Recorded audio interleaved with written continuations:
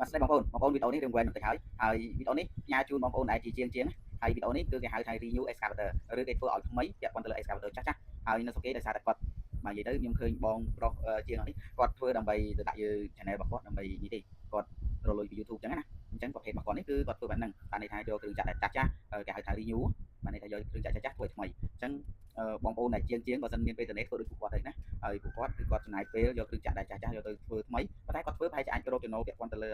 Facebook ផង TikTok ផងឬក៏ social media ផងហើយគាត់ក៏យកអាចារ្យហ្នឹងទៅចូលទៅលក់ថែមទៀតចឹងបងប្អូនចំណេញរបស់គាត់គឺចំណេញហើយតែព្រួយមួយបាញ់បានសាច់ពីរណាហើយវីដេអូនេះក៏ផ្ញើជូនទៅបងប្អូន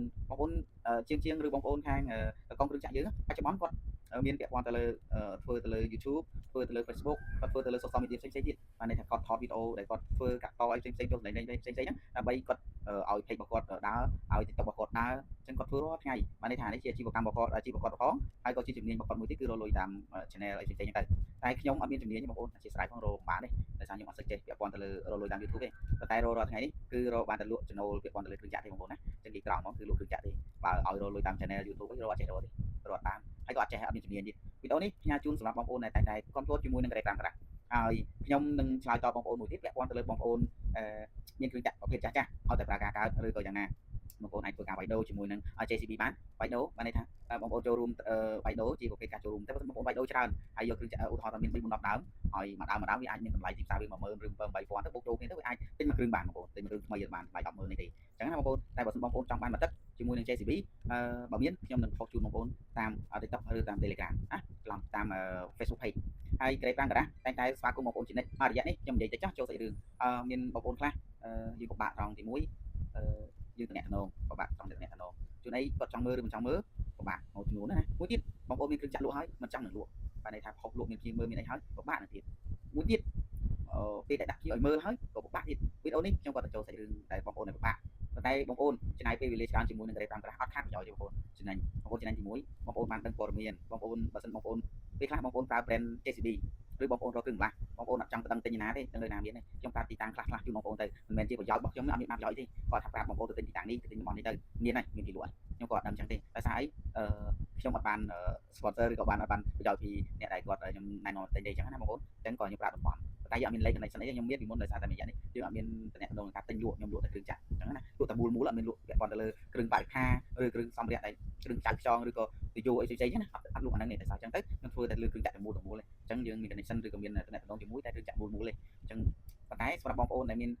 តម្រូវការឬក៏បងប្អូនចង់ឲ្យជួយផ្សព្វផ្សាយលក់ពាក់ព័ន្ធលើគ្រឿងម្លាស់ផ្សេងៗពាក់ព័ន្ធលើគ្រឿងចាក់អាចតំណែងបានតែ5 glass ជួយផ្សព្វផ្សាយឲ្យប៉ុន្តែអាហ្នឹងធ្វើម៉េចក្រេប5 glass តែធ្វើលើ social media ទិញបានឬមកលក់បានអីបងប្អូនកុំបន្ទោសពាក់ព័ន្ធទៅលើ social media វាចែករំលែកច្រើនសម្រាប់បងប្អូនណាចែកឲ្យរបស់យើងក៏រៀងក្រន់មើលដែរបងប្អូនមើលច្រើនអញ្ចឹងអរគុណមួយរយៈនេះរៀងទូដែរពាក់ព័ន្ធទៅលើក្រេប5 glass អញ្ចឹងមានវីដេអូច្រើនហើយក៏មានបងប្អូនយើងតតាំងគ្នាតាមខមមិនច្រើនដែរដោយសារតែមូលហេតុខ្ញុំជាអ្នកលើកឡើងនិយាយតែបងប្អូនយើងគាត់អត់យល់សេចក្តីគាត់ខមមិនឆ្លោះគ្នាគាត់អីចឹងទៅថាបានប៉ុន្តែចេតនារបស់ខ្ញុំបើសិនខ្ញុំផុសគូខ្ញុំគូម្ដងចង់តែឲ្យបងប្អូនយើងសុខភាពទាំងអស់គ្នាណាមិនថាបងប្អូនជាតកុងមិនបងប្អូនជាតកែមិនថាបងប្អូនអ្នកចិត្តអ្នកអាយ៉ៃឬក៏អ្នកមើលការធ្វើត្រូវការថាផ្សេងជាមេការអីផ្សេងហ្នឹងគឺខ្ញុំនិយាយពីសុខភាពសម្រាប់បងប្អូនយើងមិនមែនជាប្រយោជន៍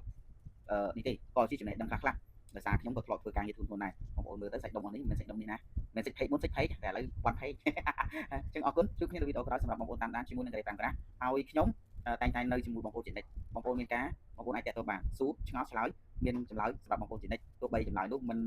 ក្បោះក្បាយក៏នៅតែមានសម្រាប់បងប្អូនដែរណាអញ្ចឹងក្រេប5ក្រាស់ស្វាគមន៍សម្រាប់បងប្អូនដែលគ្រប់គ្រងសម្រាប់បងប្អូនដែលស្រឡាញ់ហើយមករយៈនេះក៏អរគុណសម្រាប់បងប្អូនដែលនៅឆ្ងាយស្គាល់សម្លេងខ្ញុំបានឃើញខ្ញុំហើយគាត់នឹងស្វាគមន៍ខ្ញុំជានិច្ចខ្ញុំនៅតែកក់ក្ដៅមែនទែនសម្រាប់បងប្អូនដែលជាតកុងគ្រឿងចាក់ជាតកុងអិចបុលកុងឡានក៏ដោយគាត់ឃើញខ្ញុំក៏គាត់ស្វាគមន៍ខ្ញុំច្រើនមែនទែនបានន័យថាគាត់ស្រឡាញ់រាប់អានអញ្ចឹងអរគុណច្រើនសម្រាប់បងប្អូនដែលតែងតែតាមដានធ្វើមិនទេខ្ញុំជាអ្នកធ្វើឬក៏អ្នកបញ្ចូលសម្លេងទៅតាមនេះទៅមានវីដេអូខ្លះគឺខ្ញុំថតថ្មីហើយវីដេអូខ្លះខ្ញុំដកស្រង់ចេញពីTikTok អីចឹងទៅដើម្បីក៏ជាការបញ្ចូលសម្លេងមួយធ្វើឲ្យបងប្អូនទស្សនាហើយជាវីដេអូដែលប្លែកថ្មីហើយបងប្អូនចាប់អារម្មណ៍ចង់បានពាក់ព័ន្ធទៅលើគ្រឿងចាក់ដែលថ្មីតាក់ទងមកក្រេប5ក្រាស់យើងមានលក់យើងមានគ្រឿងចាក់ដែលមានគុណភាពចែកជូនបងប្អូនប្រើតម្លៃគូសមតម្លៃសមរម្យហើយក៏មានពាក់ព័ន្ធទៅលើបងប្អូនចង់បានមកទឹកជប៉ុននេះក៏យើងមានដែរណាតាក់ទងមកអត់បញ្ហាជួបគ្នានៅវីដេអូក្រោយអរគុណសម្រាប់ការតាមដានបាយបាយ